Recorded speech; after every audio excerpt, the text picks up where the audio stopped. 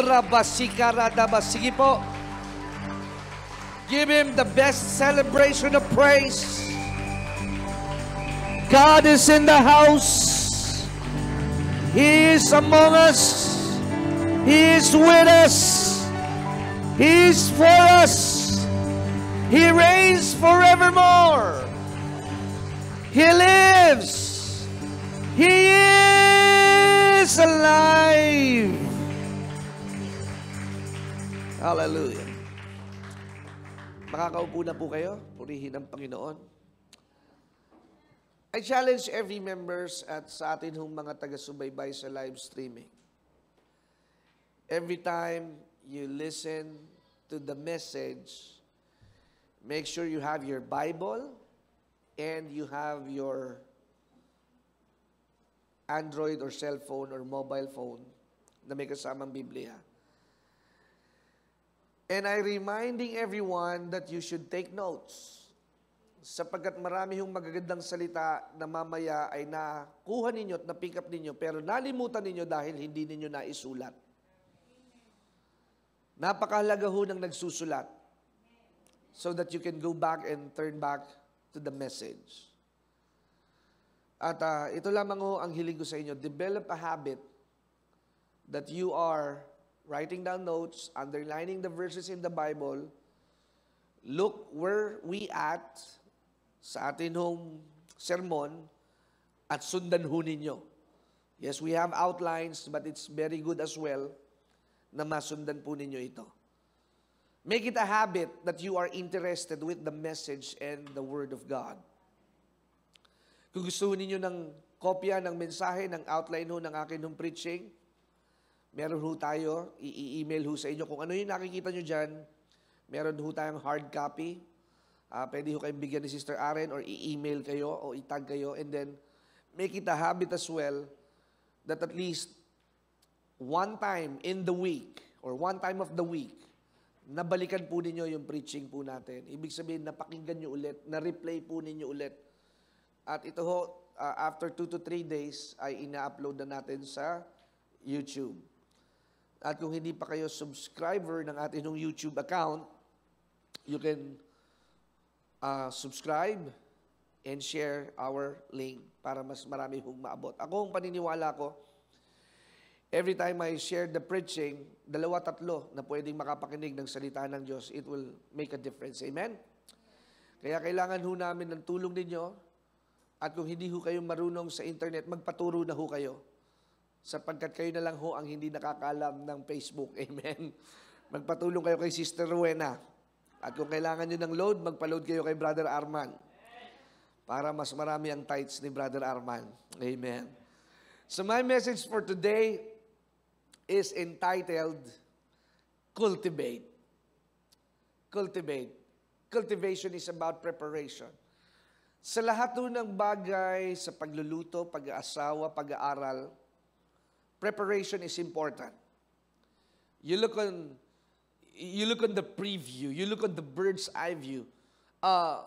Cultivate. You need to anticipate what would be the next. Kaya kapag ka nililinang o bago ka magtanim, katulad ng aming magpipinsan, we are engaging to a farming business. At dahil gusto naming magamit yung mga ilang lupain sa Quezon, pero bago ka pala magtanim, kailangan malaman mo ang kondisyon ng lupa, the climate, the kind of soil, pwede bang tumubo doon ng madre cacao o abaka, pwede bang tumubo doon ng mushroom, pwede bang tumubo doon ng papaya. So you need to understand what kind of soil that you're about to use. And remember, we have no problem about the seed, because the seed is the Word of God and the seed is the promises of God. The seed remains constant and faithful. Ang binhiho ay nananatiling tapat, totoo at tuloy-tuloy. Hindi ho pwedeng magbago ang Diyos. Hindi ho kailanman nagkulang ang Diyos. That's why there are pastors, there are preachers reminding us that He is the omnipotent, all-powerful God, omniscient, all-knowing, omnipresent, ever-living God, na ang Diyos hindi nagbabago sa Kanyang karangyaan. Ang katangian niya, siya'y dakila at mabuti at makapangyarihang Diyos. Kaya preparation is important. As we start this year, we need to prepare our hearts. I'm not saying that there will be no trouble. I'm not saying that we will be exempted or be excused. We will pass through tests. We will have difficult hours. There will be persecutions, and none of us will be exempted. But if you prepare your heart, if you have the right seed, you will have the right feed. Pag tama ang binhi, tama ang dadaloy. Kaya kapag tama ang pundasyon, makakaiwas ka sa maraming konsumisyon. If you are founded with the Word of God, the stone, the firm foundation, the strong foundation, which is Jesus Christ, you might face the end of the road, but remember, God will make a way. Kaya ang sabi ni Propetang Hosea sa kanyang akda, sow for yourselves righteousness, reap in mercy, and break up your fallow ground. Do not sow your seed among thorns. Break off all your evil habits, the bad habits. Remove all the things that displeases God. Honor God with everything. Your wealth, your talent, your skills, your business. Because God is a jealous God. He hates rival. He wants to be the first. Because He thinks about you more than anything else. You are God's priority. That's why He sent forth His Son. Kaya God is requiring us to worship Him in spirit and in truth. Kayo kaya ganito, mga kapatid. Lahat naman tayo may mga magulang. Ano kaya kapag sa tuwing pumupunta sa inyong tahanan ang inyong mga magulang o inyong mga biyanan, for the next consecutive 5 days, ang inyong laging handang hapunan ay meatloaf. Meatloaf nung Lunes, meatloaf nung Martes. Yes, it's good to be contented, pero pag laging meatloaf, kaumay. Kasawa, di ba? Nakakasawa. Wala na bang iba, anak? Meatloaf na lang lagi. Hindi ka ba pwedeng mag-pork and beans naman? Baka pwede naman baliwag lechon naman. Anak, meatloaf na naman. It's the same thing with our relationship with God. What are you offering Him? The same 5 minutes routine prayer? The same offering na binibigay ninyo na 1,000 pesos na minsan ay pahirapan pa at inuutang mo pa ang iyong ikapot kaloob. Hello? What are you offering to God? It's still the same. Once a month ka lang attend ng Bible study or ng fellowship ng iba nating mga gawain, and then that's it. Don't offer the same routine that you're offering to God yesteryears. Not yesterday, yesteryears. Yung mga nakaraang taon, yun pa rin ba ang iaalay natin sa ating Panginoon? Don't give or offer a routinary sacrifice unto God. God wants an extreme sacrifice. You go beyond the normal thing. You go beyond the normal limit. You go beyond your normal worship. You go beyond the tradition. You go beyond the memorization of prayer. You go beyond attending Sunday service. You go beyond and you go deeper and deeper in learning the Word of God and the truth that will sanctify you, that will make you holy, not huli. Hindi yun nakuha. That will make you holy, not huli.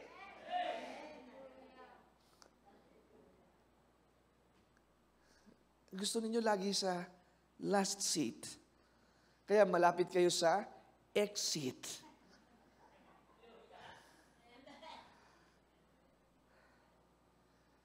Love the Word, and you will enjoy the Word. Routinary. Alam nyo, one thing that I love what the Lord is entrusting me. I hate routinaries. Nakaka-boring. Gusto ko lagi may challenge. Gusto ko yung laging, in 7 weeks time, kailangan ma-accomplish natin. Kailangan ganito. May labas ang sasakyan. Kailangan mabili natin yung camera. I love huddles. I love challenges, lalo na pagdating sa tao, workforce, and financial matters. I love to see miracles. I love to see the hands of God.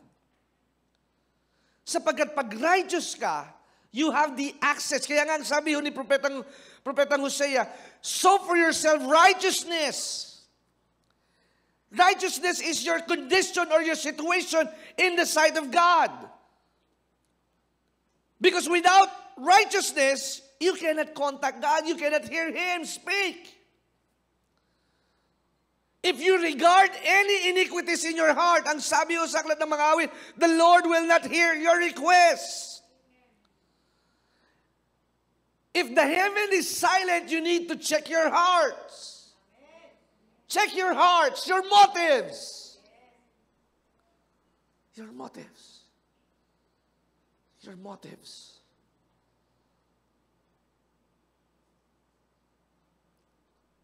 Sapagkat ang puso, sabi ni Jeremiah, ay mapandaya sa lahat ng pagkakataon.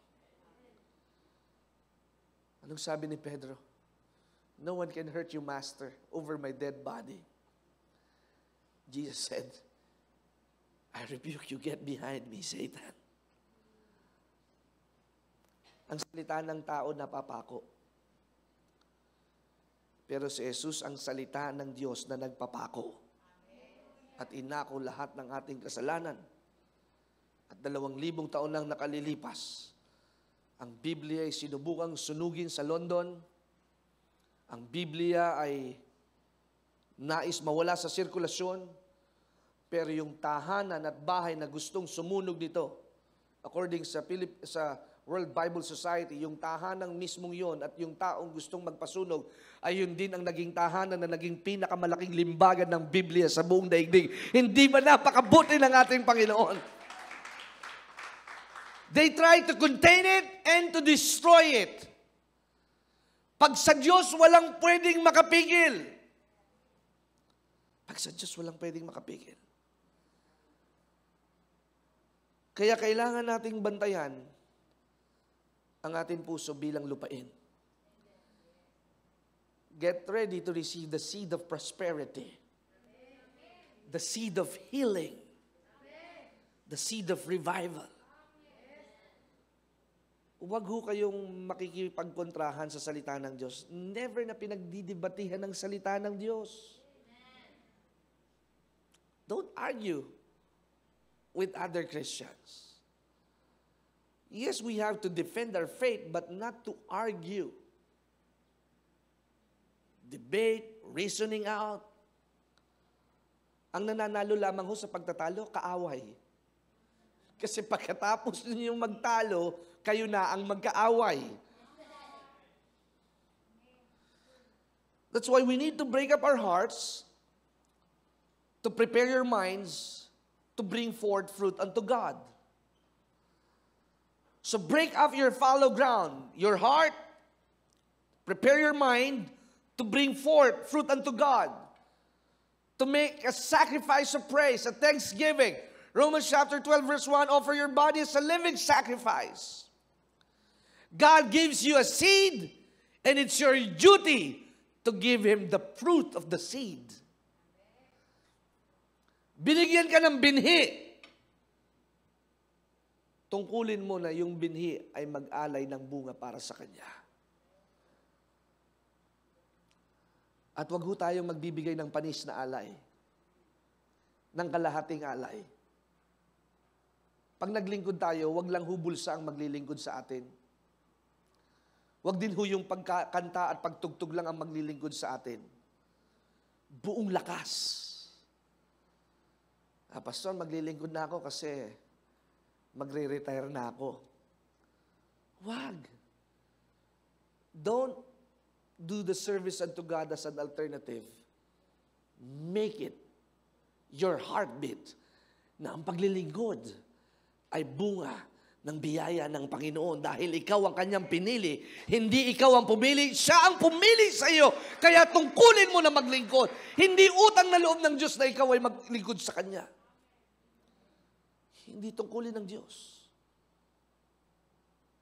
na ikaw ay sabihin na paglingkuran mo siya. Ito ay tungkulin natin. So you need to have a clear mindset clear the weeds before sowing a new seed. Kapag hindi malinis ang ating puso, hindi malinis ang ating konsensya, the seed will be choked. The seed will not grow. The master of all parable in the Bible, in the book of Matthew, is the parable of the sower. That the seed should be planted in the fruitful ground. At para ho tayo manatiling dalisay at makaiwas sa lahat ng pakanan ng kaaway, pag nagsisi, huwag nang babalikan. Pag pinagsisihan, huwag nang uulitin. Tingnan mo ang iyong katabi. Pag nagsisi ka, huwag ka na magsisinungaling. Pag sinabing, nagalit sa iyong asawa mo dahil ang palusot mo ay ikaw ay pupunta sa ganoon, pero ikaw ay nandoon nagsusugal, umamin ka na. At ikaw ay Amen. Umamin ka na. Isang pag-aalit lang yan. Ang napakahirap po kasi mawala yung tiwala sa atin. Pero para maibalik ang tiwala, ipakita mo. Sa gawa, sa attitude, sa behavior, ipakita mo. Huwag lang yung emotional na, ayoko kasing masira ang aming pagsasama. Pero mukha mo, after 2 weeks, 3 weeks, gano'n na ulit. You demonstrated with the real precisions and with the real deal na gusto mo talagang magbago. Kaya when you break up your hearts, you prepare your mind to bring forth fruit unto God. Because the mind of man is often compared to the ground in the Bible. Kaya ang atin hong isipan is a birthing ground. It's a birthplace. Kaya kung lagi mong iniisip, hindi ka magtatagumpay. Kaya kapag na-receive mo ang mensahe na kasaganaan, hindi mo ito tatanggapin. Kasi ang iyong isipan ay na-develop na ikaw ay mahina, ikaw ay mahirap, at hindi ka pwedeng umunlad. The things that can block the blessing is in the mind.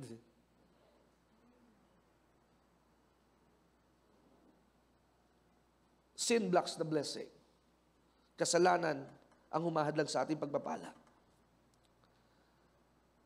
Ang pita ng laman ay hindi natin magagapi sa pamamagitan ng normal na kaparaanan. The flesh should be subsided by a superseding power, and that is the power of the Holy Spirit. Because if you cannot crucify the flesh, it will continue to control you. Pag hindi ho natin na supil ang pita ng laman, nandyan na lagi tayo ay magrereklamo, panghihinaan ng loob, at hindi mo makita ang kalakihan ng Diyos, kaya ikaw ay laging nagrereklamo, ikaw ay laging nakasigaw, at laging banat ang boses, at mainitin ang ulo, kasi hindi mo nakikita ang kalakihan ng Diyos dahil ikaw ay nahadlangan ng iyong mga problema at suliranin. Hindi mo nakikita na ang Diyos ay mas malaki kaysa sa ating mga problema at suliranin. Amen! But to defeat the flesh, you need to have the Spirit of God. Because the Spirit of God gives us the power to resist the devil. Sow for yourself righteousness and reap mercy. Mercy simply means it's God's patience in action. Imbis na dapat ikaw ay maparusahan, imbis na ikaw ay dapat mabigwasan, pero hindi ito nangyari sa iyo. You avoid the punishment, and that is mercy. Kaya kapag nabubuhay ka sa katwiran, ano nga bang katwiran? Let us define righteousness. Righteousness means right standing with God. And it is a gift to be received, not to be earned. Kaya kapag nabubuhay ka sa katwiran, ito ay pag-unawa na ito ay regalo sa iyo ng Diyos. So when you are right with God, you can receive the blessing, you can have the favor, you can have the preferential treatment, pag ikaw ay ayos sa Diyos, you can come boldly to the throne of grace. You can ask whatever you wish and He will give it to you. If you are right standing with God, you know that you are pure, you know you are clean. Because the things that can hinder us is our sins, our past, and our position right now. But when you are righteous, that is your standing with God, that you are cleansed by the blood of Jesus.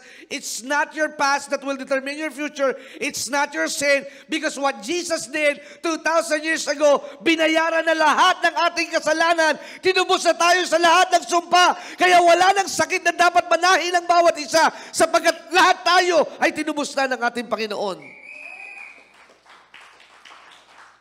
Kaya sabi ko nga doon sa kaninang kausap ko, paano ka nagka-cancer? Well, sabi po niya, kasi nasa lahi na po namin. So if you say that, you are convincing yourself that it will come to you and it will flow through you. Kaya kailangan ng tao ng simbahan.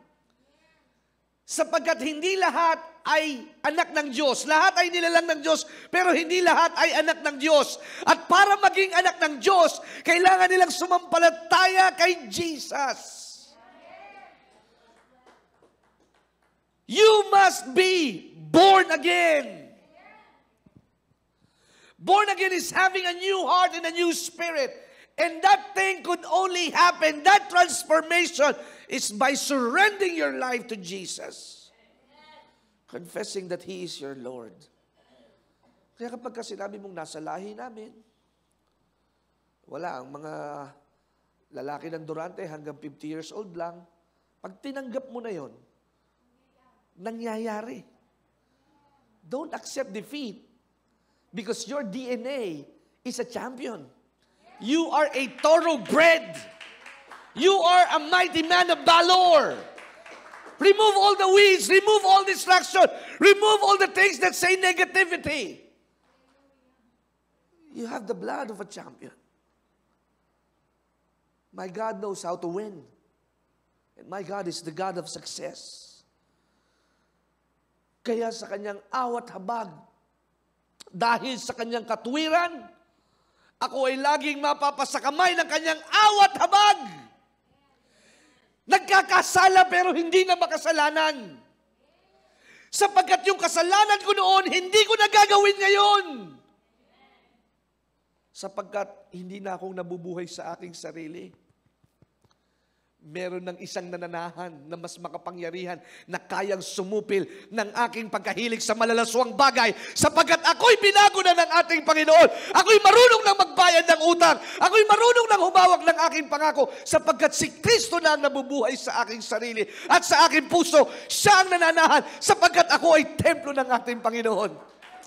Palakpakan natin ang ating Panginoon.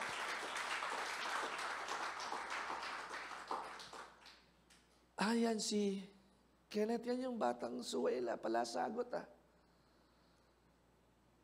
Sino yung kausap mo? Noon yun. Pero iba na ngayon. Because as you cultivate and prepare your hearts, you are engaging yourself to be more responsible on the salvation that God has given to you. Ang kaligtasan iniingatan. Ang kaligtasan, tuloy-tuloy ang kabanalan. Ang kaligtasan, ito ay lalong binubungkal at pinaiigting at pinaalam na nagliningas na katulad ng isang apoy. Sapagkat pag hindi ka naging maalab, pag hindi ka naging maalab, tatalab sa iyo lahat ng mga kasinungalingan na pakana ng kaaway. Sapagkat ang pagiging maalab is like your defense. It is your shield. You retaliate. You don't accept what the medical science says. You do not accept what the economy is saying. You do not accept what is the people around you saying. Ang tatanggapin ko lamang ay mga salita buhat sa lingkod ng Diyos. I would only accept counsel by those who fear God.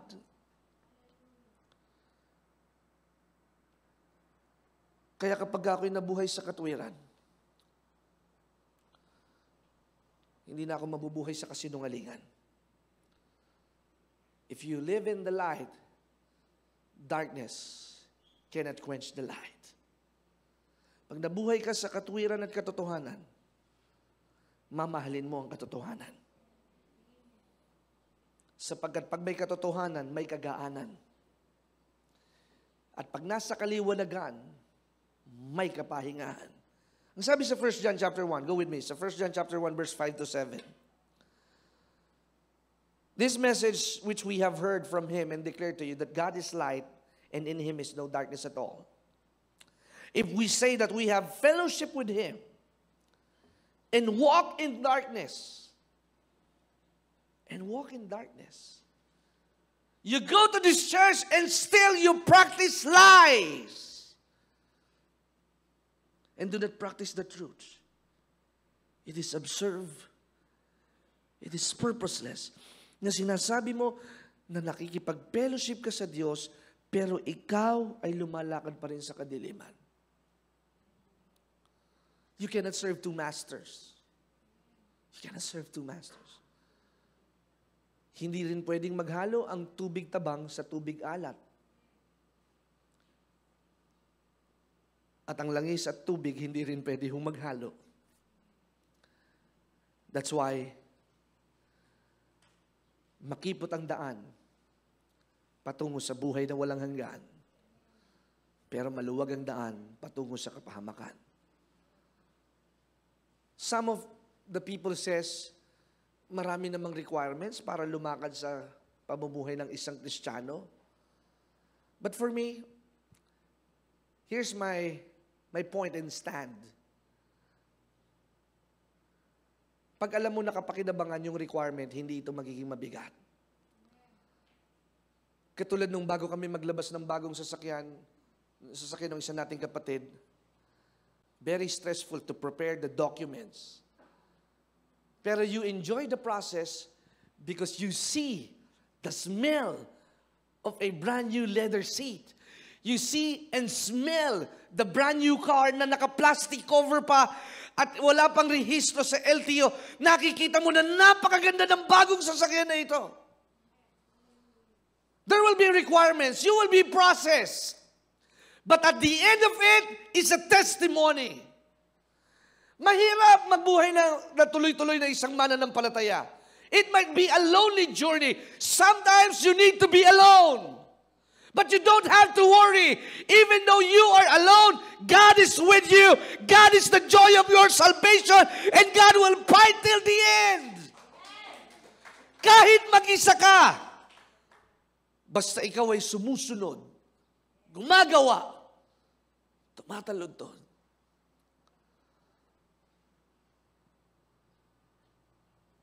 Ano ang ginawa ng mga Rechabites? Rechabites is being known as a tribe na simula pa sa kanilang mga ninuno, hindi sila pwedeng dapuan ng alak sa kanilang mga bibig. At ito'y naipasa sa mga susunod na saling lahi. What do you call that? A strong stand and faithfulness. Sapagkat sila'y inihanda sa ganung kaisipan. Kaya pag naipasa sa kanilang mga anak, they know what to stand. Since this pandemic, I always develop this kind of attitude sa akin ng mga anak. Sinasabi ko sa kanila, okay, ito sa akin lang ho ito. Okay na mag-aral kayo ng mabuti. Pero ito ang sisiguraduhin ko sa inyo. Sa simbahan din kayo magtatrabaho. I'm conditioning them. And I'm saying, whether you like it or not, don't let them choose. Give them the right option. Delikado sa sanlibutan. Ano, magda-nurse, mag-attorney, magdo-doktor, mahirap po, mahirap.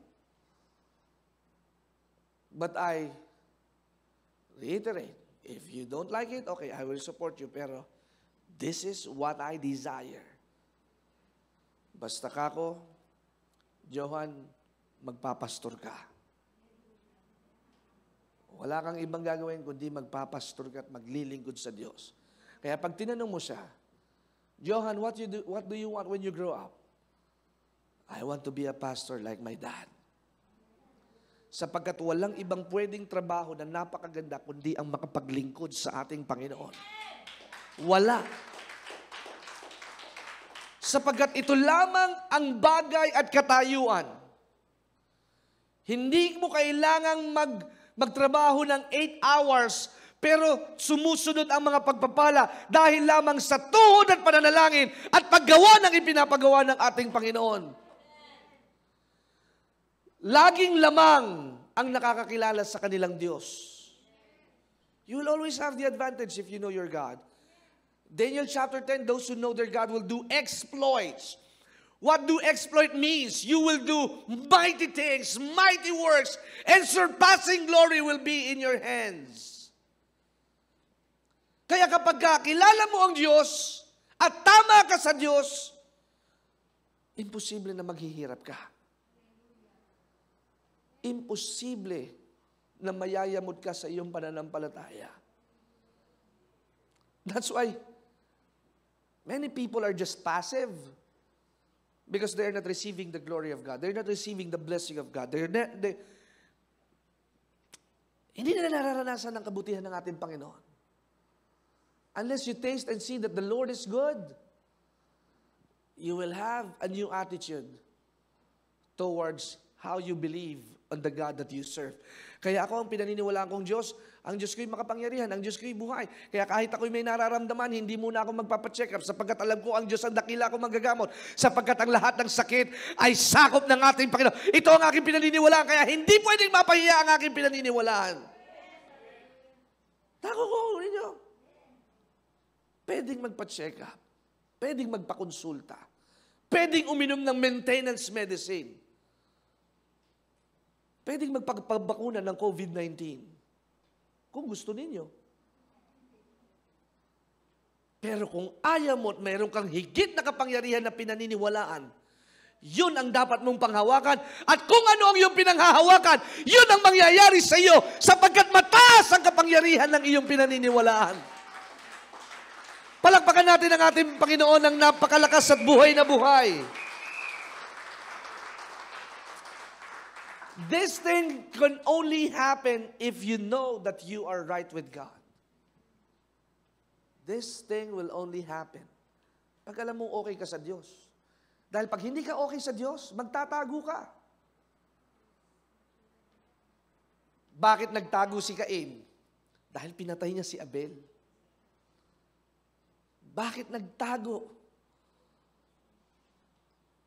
Nagtago si Jacob. Alam niya na may kasalanan siya. Ang mga taong nagtatago katulad ni Adan at ni Eva ay nagkasala sa Panginoon. Pero ito hong napakaganda. Hindi mo na kailangan magtago. Lumantad ka at bibigyan ka ng bagong kasuotan ng ating Panginoon. Kahit gaano man kapula, gaano man kaputik, lahat ito'y kayang linisin ng ating Panginoon. Though your sin might be red as scarlet, He can turn it white as snow. Hello! Kahit gaano kapula ang iyong kasalanan, pag ito'y iyong pinagsisihan, magiging itong dalisay at puting-puti na katulad ng isang yebe. Anong sabi sa Book of Isaiah? Exchange your clothings with the turban and garments of praise. Yung dati mong kasuotan, iwanan mo na. Trade your sorrows. Trade your garbage into treasures. Trade your sorrows into joy everlasting.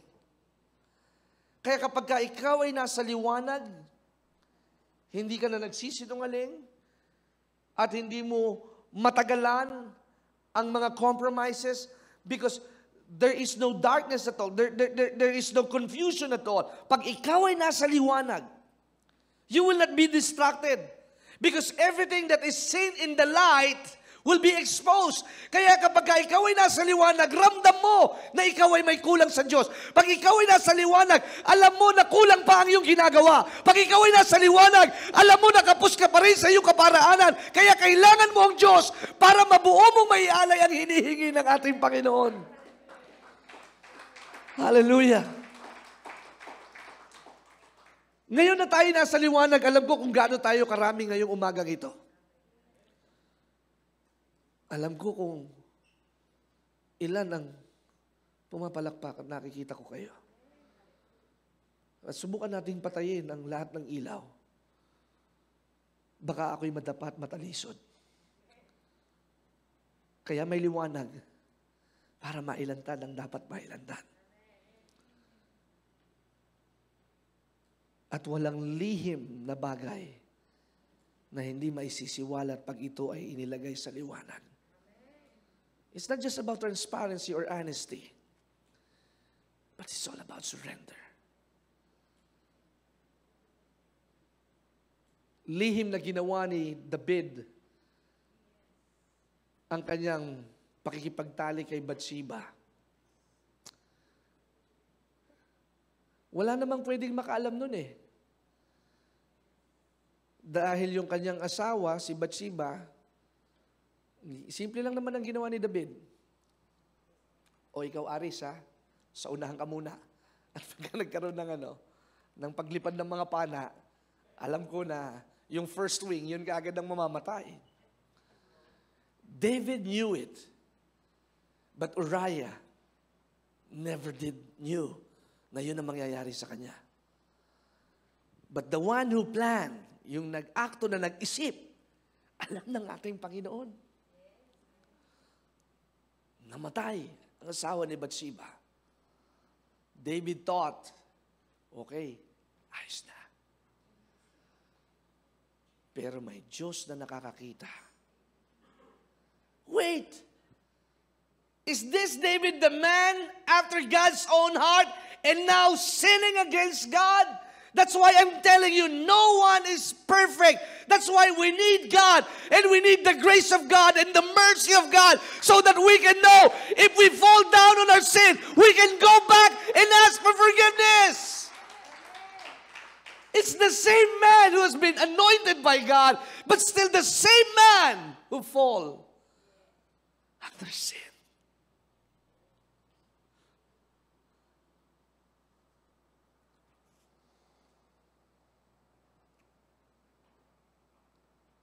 Alam niyo, ang hahatulan naman, hindi naman yung sanlibutan eh. Simbahan. Judgment will start in the house of God. Kita ninyo, bakit ang daming simbahan, pero hindi nababago ang mga Pilipino? Kasi mga simbahan, hindi magkakaisa. At marami nang gumawa na gustong pag-isahin ang mga simbahan. Nangamatay na yung iba, gumastos na ng milyon-milyon. Hindi pa rin magkaisa. Tandaan po ninyo, a house that is divided unto itself cannot stand. Kaya kailangan nun natin mag-antay sa pagkilos ng banal na Espiritu. And I'm waiting for that move of God. And I want this church to be prepared. Pagdaan nung pagkilos ng Diyos, we are ready. Sabihin mo sa iyong katabi, handa ka na ba sa pagkilos ng Diyos?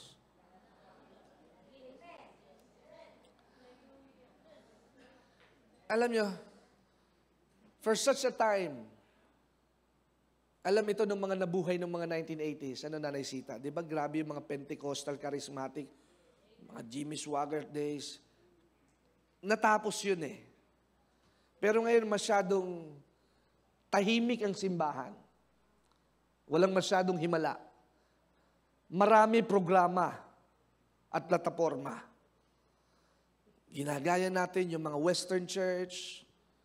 Kailangan maiksi lamang ang sermon. Kailangan huwag masyadong ituro ang tithes and offering.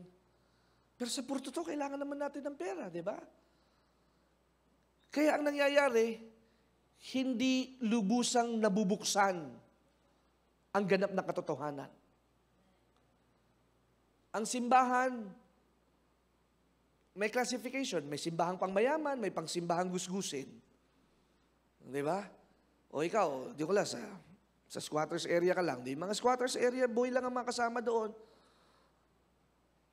Pag nakausap mo naman yung pastor na nasa depressed area, ayaw pa sa kasaganaan. Yung gusto lang nilang nalamang ituturo. Ay saan ka lalagay? Many are organizers, but few are agonizers. Marami, copy-paste lang yan eh. Kaya sabi ko sa inyo, mas madali hong gumawa ng sermon ngayon kaysa ipamuhay ang sermon. Mas madaling mag-line up ng kanta kaysa ipamuhay yung iyong pagsamba sa iyong kinakanta.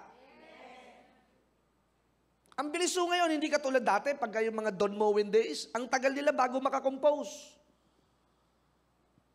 Ngayon, dahil pag maraming likes, maraming kita, maraming AdSense, nawawala na yung essence. Ang essence so ay yung presence. Presensya ng Diyos. Kaya para ho makakilos ang pagdaloy ng presensya ng Diyos, we should be patient over God. Because God do not rush. Write it down. God do not rush. Be patient as like of what the days of Elijah and Elisha. Nagtiyaga siyang sumunod ng sumunod sa kanyang master. Kailan ba talaga dadating yung kasaganaan? Sunod ka lang. Manatili ka sa isipan na darating yung ating mga pinanghahawakan. Pag napagod, matulog.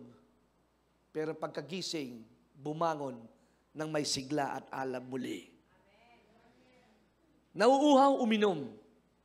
Nagugutom, kumain. Pero pagkatapos ng lahat, bumalik ulit na nakakonekta doon sa ipinapagawa ng ating Panginoon. We must walk in Christ if we are going to walk in the light. Kailangang lumakad tayong kasama natin ng ating Panginoong Yesus. Apart from Him, we are nothing. And we must allow Christ to dwell completely in us. Ito ang ganda nito. So if you allow Christ to dwell completely in us, it means you give Him the full access. You give Him full access in every area of our hearts. So ibig sabihin, you don't demand to control God, but you allow God to demand and control you. Hindi yung maglilingkod ako, Panginoon, kapag. Maglilingkod ka kahit walang kapalit. Sapagkat nauna na ang biyaya bago ka pa maglingkod. Nauna na ang garantiya at ito ang ating Panginoong Hesus at ang banal na Espiritu. That is a good deposit, a good guarantee for the access to every blessing in our lives. The Holy Spirit is the guarantee. Ano ibig sabihin ng guarantee? Co-maker. Ito yung magsasabi na makapagbabayad yan ng utang. Dahil kapag hindi yan nakapagbayad, ikaw ang magbabayad doon sa iyong ginarantiyahan. The Holy Spirit is our guarantee. You don't see God, but you believe in Him. And even if you do not see God, you know that God is love. Kahit hindi mo nakikita ang Diyos, nararamdaman mo naman na ito dapat ang tamang ginagawa ng mga anak ng Diyos. Kahit hindi mo nakikita ang Diyos, alam mo na ito dapat ang damdamin ng mga Diyos.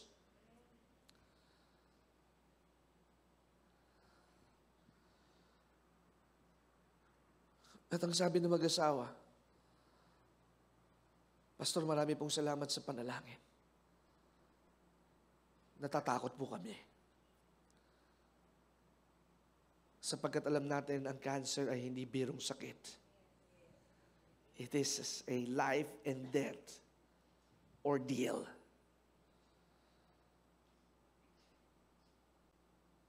But the comfort of the matter is you did pray and you give something that will really comfort them in the natural as well. Go home and trust God na yung 3 buwan sa ospital ay magiging 3 linggo na lang. Sapagkat kami ay nag-aayuno, nakikipaglaban, na ang Diyos ay mamamagitan. It will be written in history. Because we fasted and trust God, heaven and earth has been moved. Gumalaw at kumilos ang langit at lupa para sa ating kapatid. That even the medical doctor will be able to see that God is in the business of doing miracles. Matthew chapter 5 verse 6, blessed are those who hunger and thirst for righteousness, for they shall be filled.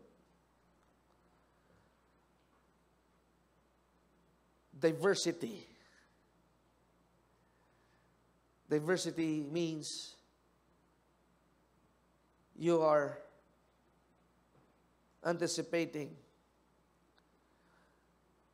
a lot of channels na pwedeng gamitin ng Diyos para muling mag-strike at mabuhay muli ang apoy at alab sa iyong buhay.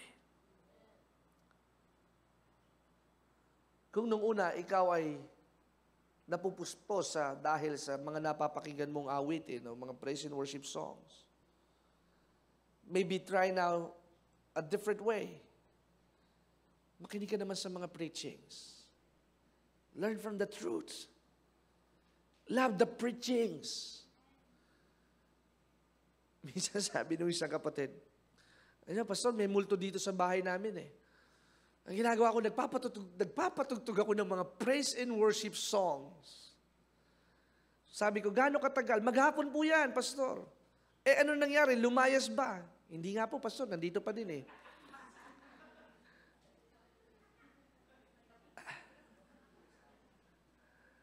Nag-sound trip lang pala. But I tell you, mga kapatid, the power is in the activation of knowing the Word of God.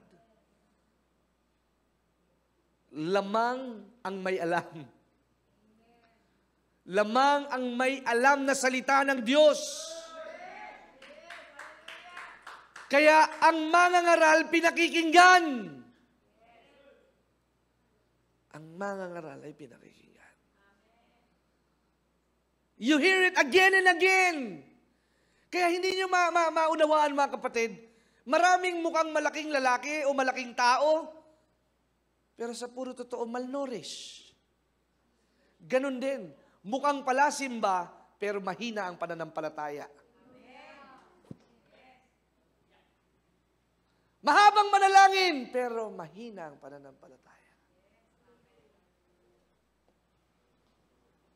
It may appear they have the form of godliness, but lacking the power. Mukhang maalab, pero sa puro totoo, tamad magbasa ng Biblia. Marami hong ganyan.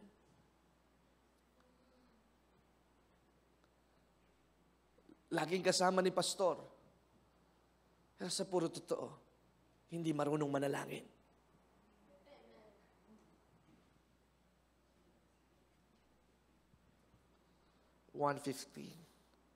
May 1 hour na ba itong preaching ko para sa live broadcast? Meron na siguro, no? Give me 10 minutes. Kaya, maraming nasa simbahan, mismong yung pastor, hindi nila kilala. Ganun talaga katindi ang mga tao ngayon. Paano mo paniniwala ng isang tao hindi mo kilala? Di ba kaya ka nga bumili ng likas papaya dahil in-endorse ni Judy Ann Santos?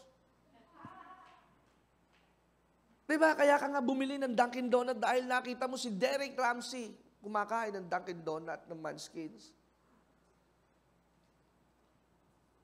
Kaya kapag ikaw ay sumisimba, dumadalo ng gawain, pero hindi mo kilala si pastor, malaking katanungan ito. Malaking katanungan. Kaya kapag ikaw ay nagsisimba, ikaw ay handang matuto, handang magpadilig, handang magpabago, handang magpaduwid, handang magpadisiplina, sapagkat ang magtutuwid sa iyo ay yung nakakauna na may alam sa katotohanan, at yung katotohanan ay itanikala mo sa iyong leeg. Sapagkat ang katotohanan ay magbibigay ng karunungan. Kaya ang sabi ng aklat ng Kawikaan, if you find wisdom, put it in your necklace. Make it as your necklace. Do not untie it. Sapagkat ang karunungang makalangit ay bunga ng pagkatakot kay Yahweh.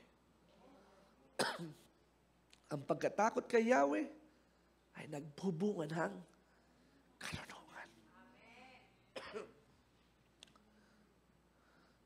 Ang marami natatakot kay Yahweh na mabagsik na Diyos, malayong Diyos, namamalong Diyos. Huwag niyong sasabihin na pinapalo kayo ng Diyos. Huwag. Ang Diyos ay pag-ibig. Itinutuwid, pwedeng lingwahe. Pero sabihin ninyong pinapalo. I will not consider God is hitting me. He is disciplining me. Watch your words.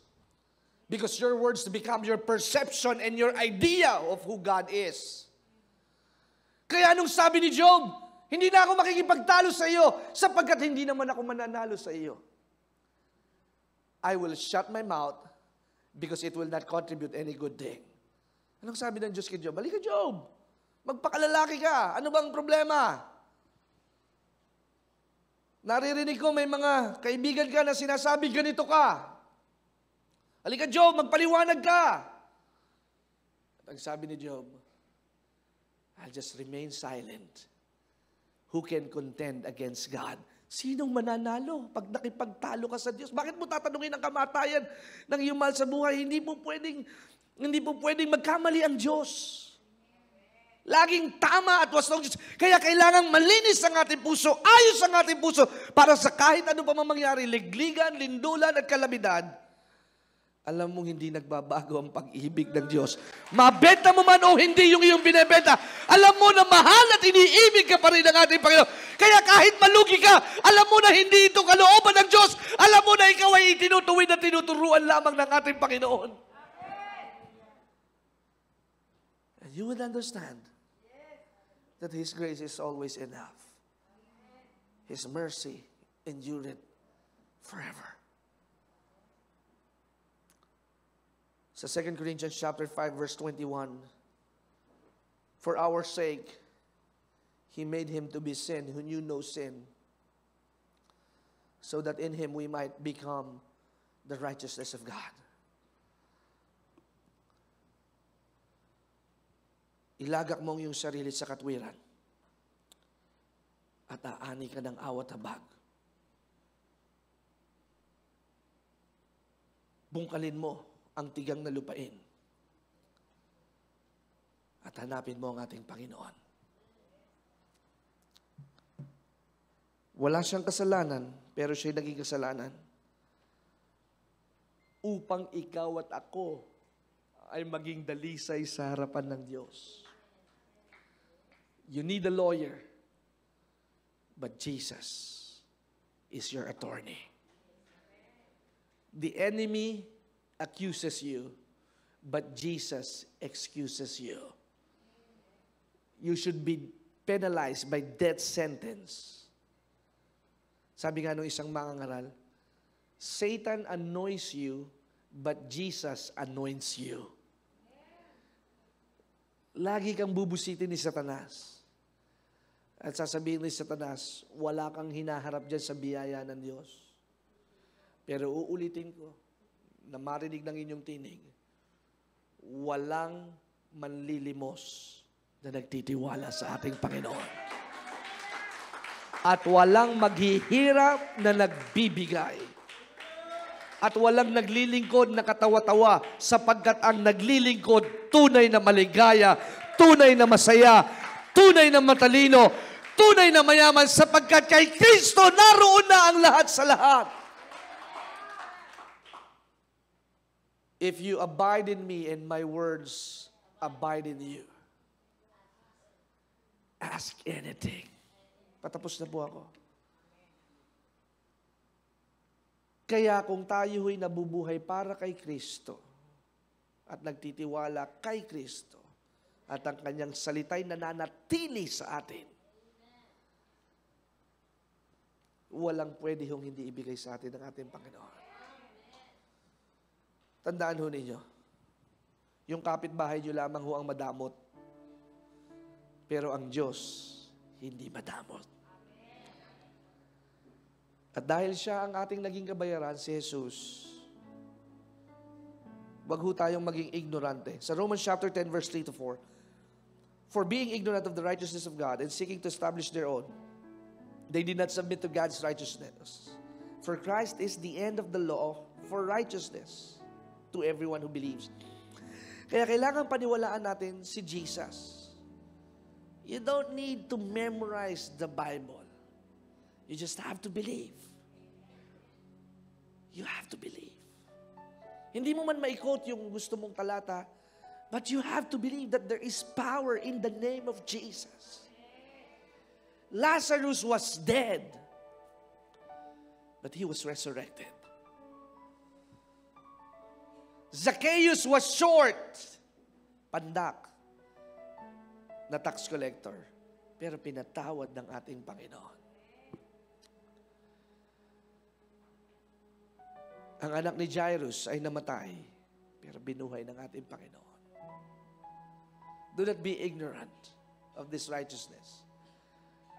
Because through righteousness, we can be a friend of God. And that's why God called Abraham a friend of God. Pagkaibigan ka ng Diyos, di ba, merong isang talinghaga sa New Testament na merong isang kwento na hating gabi na may kumakatok, gustong humingi ng pagkain. Pag hindi mo kakilala, hindi mo pagbubuksan, pero dahil yung kumakatok, kaibigan mo, hindi mo pwedeng tanggihan. Kaya mga kapatid, there's no greater love than this, to offer His life for a friend, and only Jesus can do that. Wala ka mang best friend, okay lang yun. Basta ang mahalaga, si Kristo ang iyong tunay na kaibigan, Panginoon at personal na tagapagligtas. Hindi ka man lulupaypay. At ang buhay mo na puro drama, ngayon ay magkakaroon ng kulay at tunay na istorya. Minsan kasi puro tayo meme, puro tayo TikTok. Kaya minsan lahat ay may katok. Minsan, ngayong pagpa-fasting, wag muna kayo mag-Facebook. Muna kayong magpo-post ng mga pagkain ninyo. Just keep it secret. And you know what? Your private discipline will reward you openly. Ako nga, I've been being dealt by God na, ako lang ito huwag kayong sasali. Bahala kayo. Pero, kanina kausap ko ang asawa ko, I feel that the Lord wanted me to do this fasting on a 40 days. Gusto kong mas lalong maging sharp. Gusto kong makaranas na may magbibigay ng 1,000,000 sa offering box. Gusto kong maranasan ninyong himala. Araw-araw pinapanalangin ko kayo. Araw-araw. That you will live a good old age. Yung mga kabataan, pinapanalangin ko kayo. Huwag kayong matukso. At huwag kayong hindi makapagtapos ng pag-aaral. Pag minsan nakikita ko ang picture ng isang pamilya na inaasahan ng magulang, pero hindi yun yung nangyari. Nakakalungkot. That's why we need intercessors. We need prayer warriors. And everybody should pray for one another. Sapagkat ang kaaway ay sisingit at sisingit. Sa pinakamasikip, sisingit ang kaaway para ang inyong tahanan ay masira at mawasak. Pero pag may tatayo na nanay, kuya o ate, na alas 3, alas 4 ng madaling araw, dumidip at lumuluhod, Panginoon, iligtas mo po ang aking sambayan. Iligtas mo po ang aking sambayan.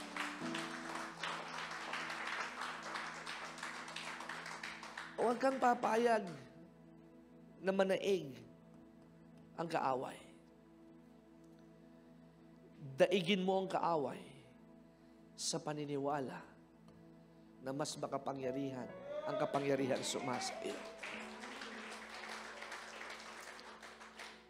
Now, as we leave this place, I'm done with my preaching, I'm done with the sermon.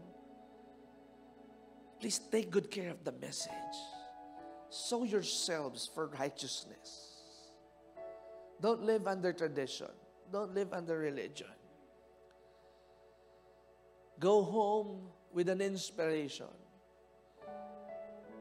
Lord, help me to live in peace and according to your truths. At pag-uwi mo, bukas, mamaya, magsisimula ako ng kakaibang paggawa sa Diyos. At pag ikaw ay nasumpungan ng Diyos na iba ang iyong pag-aalay at pagsasagawa,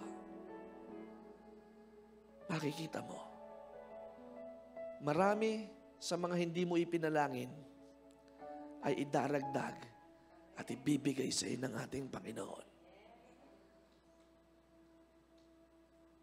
Would you allow these trees to worship me and these stones to worship me? Hahayaan niyo ba na ang mga bato at punong ito ang sumamba sa ating Panginoon? It's a shame on you na itong mga bato pang ito ang sasamba sa ating Panginoon. Remember, you have the DNA. From the beginning of your birth, you have that DNA. That's why you're hearing me. Because God is calling you back. Kaya naririnig po ninyo ang pangangaral na ito dahil tinatawag kayo ng Diyos. Halika anak. Kung nasuwail, halika anak, bumalik ka muli. At may isang propeta na lumapit kay David. Merong isang talinghaga na, alam mo, merong isang traveler dito na gustong bumisita sa kanyang kaibigan at gusto niya ng tupa. At yung kanyang binisita ay marami namang alagang tupa. Pero ang sabi ng traveler, ayoko yung tupa mo, gusto ko yung tupa na nandoon na nasa kabilang baryo na nag-iisa lang kasi palagay ko malinis yon.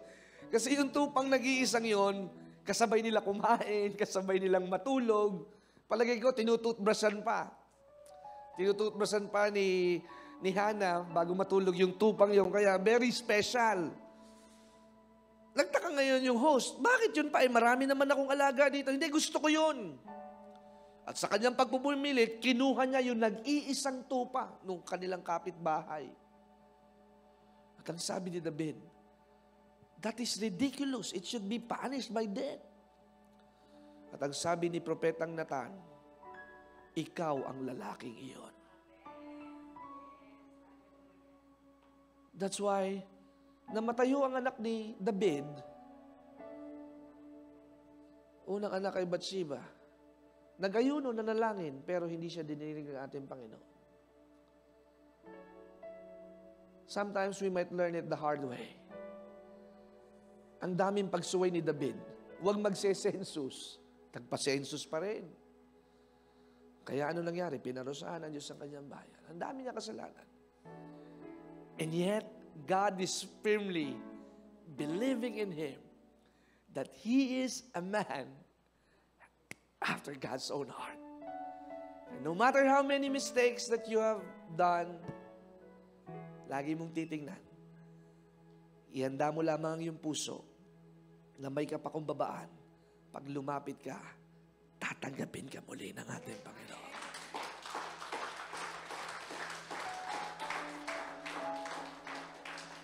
Your name is like honey on my lips. Your Spirit's like water to my soul. Your word is a lamp unto my feet. Jesus, I love you. I love you.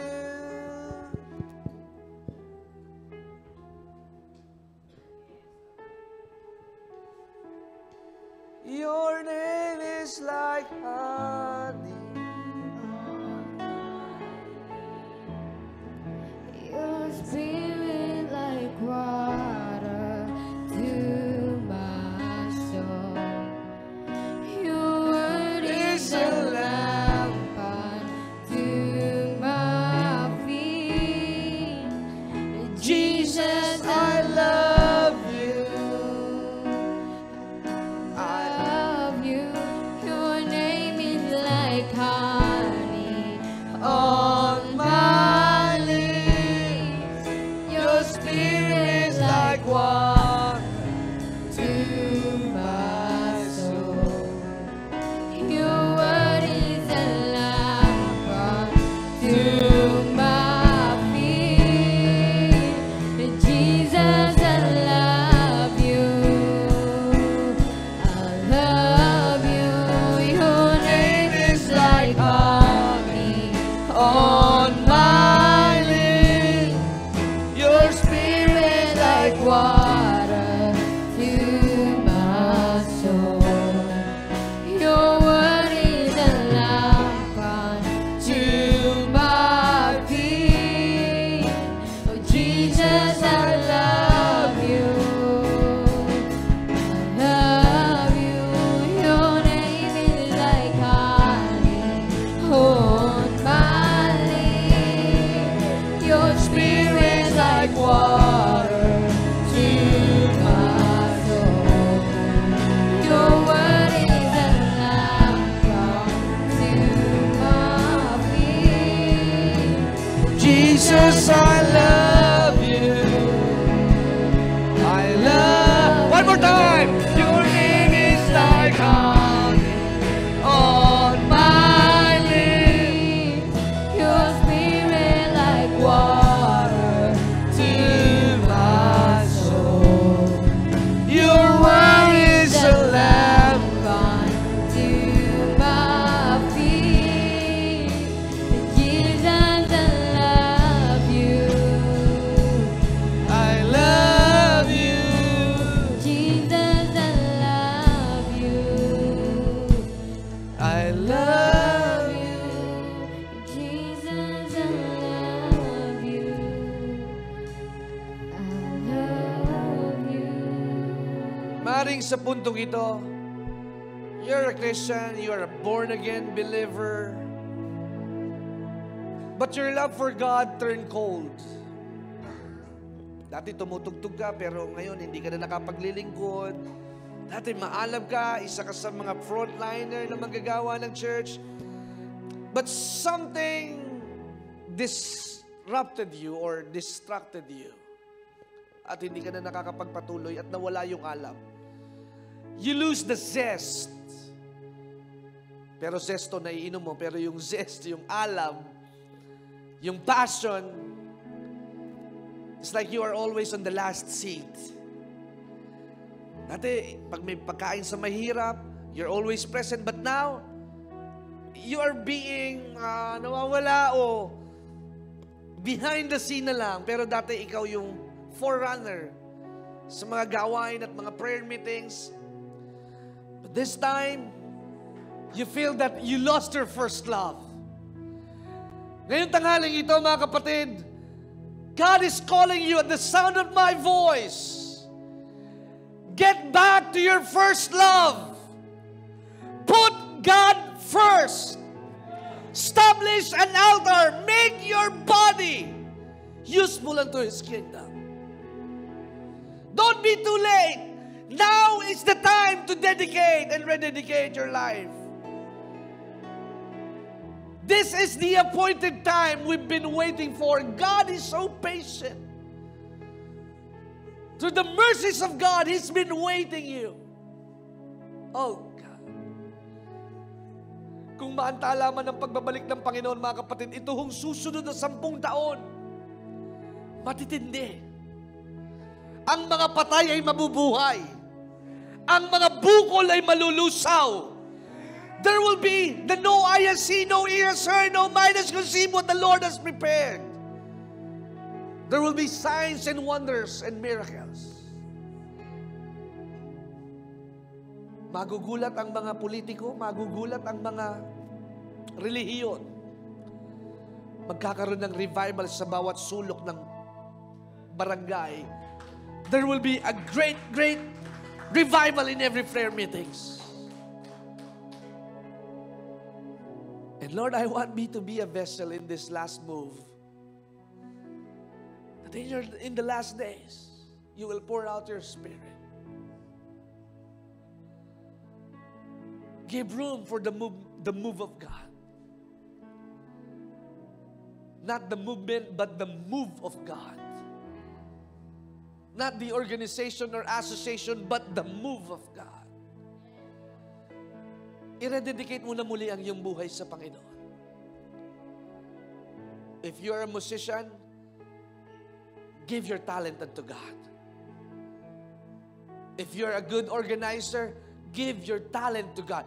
If you are a good networker or a sales agent, make sure you use your talent to God. Rededicate your life. Make your life be more involved in the kingdom of God. And together, as we advance the kingdom, mas napapabilis natin na makuha ang tamang bilang na madadagit ng ating Panginoon. Kaya kayong mga negosyante, magpakayaman kahit magpakaunlad. Huwag ninyong tipirin ang gospel. Huwag ninyong tipirin ang mga naglilingkod sa simba. Kayo'y magpakayaman at ibuhos ninyo ang inyong lakas. Ang lahat ng inyong puhunan ay inyong palaguin upang may magamit para sa templo ng ating Panginoon. Let us acquire more opportunities for the gospel. For the gospel. Save all you can save. Magligtas tayo ng dapat nating mailigtas.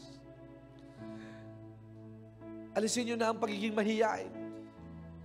Pastor, hindi ako marunong. Manalangin ka at ikaw ay tuturuan ng Panginoon. Manalangin ka at bibigyan ka ng tapang ng ating Panginoon. At maaaring sa oras na ito, ikaw yun na kinakausap ng Diyos. Huwag mong sasabihin, retire ka na. Walang nagre-retire na lingkod ng Diyos. Kayong mga senior citizen, you could be an intercessor. Don't be bounded na para lamang mag-alaga ng inyong apo. There are a whole nations of the Philippines that needs to be prayed. Maglaan kayo na makapaglingkod sa Panginoon. Maglaan. Mga kabataan, huwag ninyong sayangin ang inyong oras sa pagkukomputer at pakikipagbulahan. Kung paglilingkod at gawain ng simbahan, dapat seryoso sa gawain ng simbahan. Walang halong ligawan o anumang intensyon. Pag maglilingkod lang ng tuloy-tuloy. Maglilingkod lang. Panginoong Diyos, narito po kami. Bukas at lantad ang aming puso. Siyasatin mo kami, Panginoon, at bigkisin ng iyong pag-ibig. Pag-isahin mo kami sa iisang layunin, sa pagdaloy at pagbuhos ng banal na Espiritu. Na huwag kaming mga pahulihin at tatamad-tamad at pupungas-pungas. Maging kaming masigla at maalab at tumitindig sa iyong mga pangako at salita.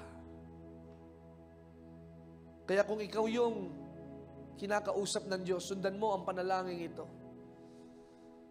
Repeat after me saying, if you are the ones who've been called by God to rededicate and to have a U-turn, you want to experience God one more time, bisitahin mo ang simbahan ito. Bisitahin mo kami, Panginoon. Ora baba pasigara da sigara. Repeat after me, Panginoong Hesus, ako po'y lumalapit sa iyong harapan. Buhayin mo po ang alam sa aking puso. At sa paghanap ko po sa iyo, natagpuan kita ngayong oras na ito.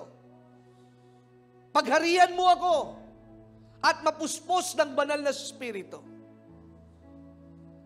Gamitin mo po ako higit kaysa dati. Pagkatiwalaan mo ako higit kaysa dati.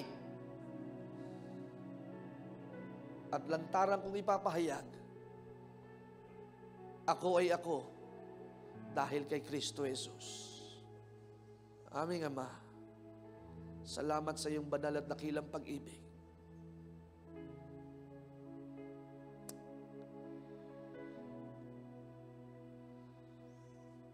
Sa pangalan ni Jesus. Amen.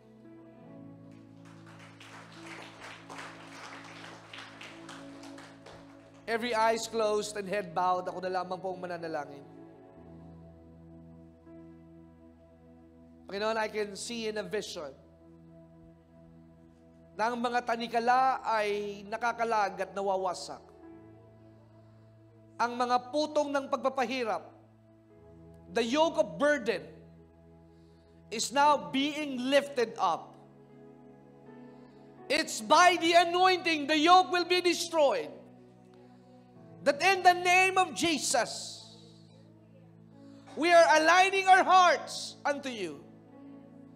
We call heaven and earth to witness that the God we serve is the God of Abraham, Isaac, and Jacob.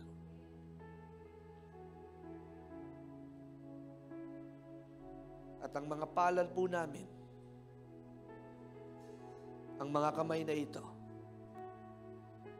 ay maging pagpapala at maging biyaya. Ang mga kamay na ito ay hindi namin ikahihiyang itaas. Hindi namin ikahihiya na ipagpasalamat ang lahat ng aming tinatamasa. Ang mga kamay na ito ay luluwalhati sa iyo. O Panginoon, tanawin mo kami sa aming kaawat-awa, kahabag-habag na kalagayan na nagpapakumbaba. Ikaw lamang, O Panginoon, ang aming kailangan. Kaya ang mga kamay at bisig na ito ay magiging daluyan ng kalakasan ng iba. Bless the works of our hands, and that our labor will be fruitful. That our cattle will continue to multiply. In blessing upon blessing, we will give you the glory. Kaya ang sabi ng Diyos kay Aaron, ganito mo pagpapalain ang aking bayan. May the Lord bless you. May the Lord keep you. May the Lord make His face to shine upon you and be gracious to you. May the Lord lift up His countenance, more blessing. The wealth of Sheba will come into your storehouse. The Solomon's wealth will be transferred to the just. And may He give you shalom, the peace of God. In the name of the Father, the Son, and the Holy Spirit. In Jesus' name. Amen. Amen. Your name is like honey on